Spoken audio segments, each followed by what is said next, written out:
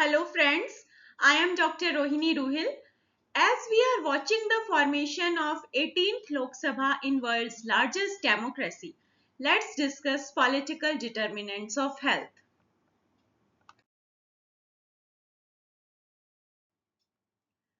So friends, political determinants of health refer to the ways in which government actions, policies and political processes influence health outcomes. Now what does it mean? So, friends, when political leaders set their focus areas, it really shapes how resources are distributed and how they are put into action. These political priorities have a huge impact on different socioeconomic groups. They influence how easily people can access resources, services, and opportunities.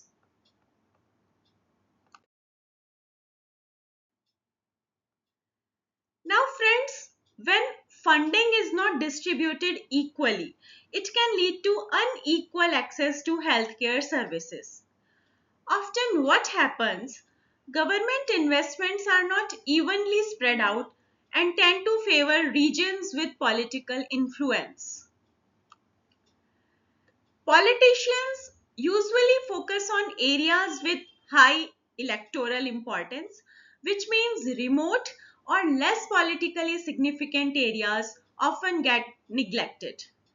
On the other side, if policies are designed to promote equity, this can help reduce socioeconomic disparities. However, the success of these policies really depend on political will and how high priority these policies are given.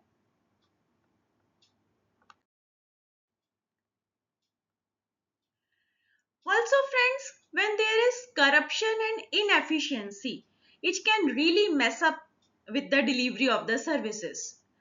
This tends to hit poorer communities the hardest because they already have fewer resources and they have fewer options to begin with. So, while everyone suffers from these issues, the impact is much more for those who are disadvantaged.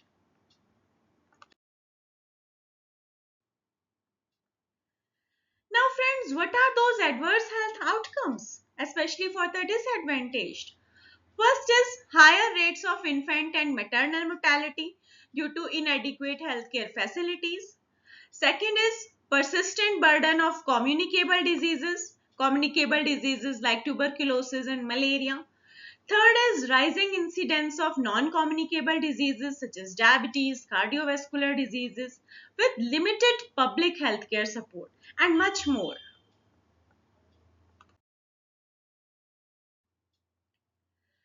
Now friends, India spends about 1 to 2% of its GDP on healthcare, which is significantly lower than the global average of 6 to 10% for middle income countries. Insufficient funding leads to inadequate infrastructure, shortage of doctors, shortage of medical personnel, limited access to essential medicines.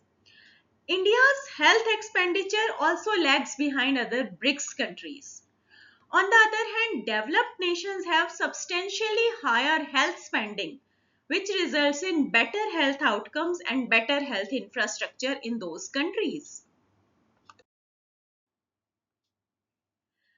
As a result, friends, many primary health centers in India lack basic facilities and are understaffed. Also, secondary and tertiary care is overburdened with long waiting times, especially for the specialized treatments, tertiary care treatments.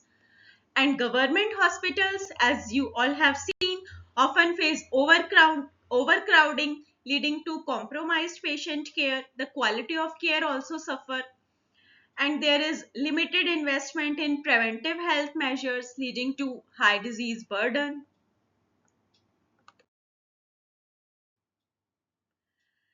So, friends, to summarize, sustainable and increased investment in healthcare is essential for improving health outcomes and achieving universal health coverage, especially investment in our public healthcare system, public healthcare infrastructure, and it requires political will.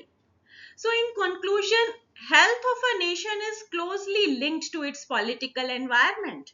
Political decisions shape the health infrastructure, access to healthcare, and ultimately the health outcomes of its citizens.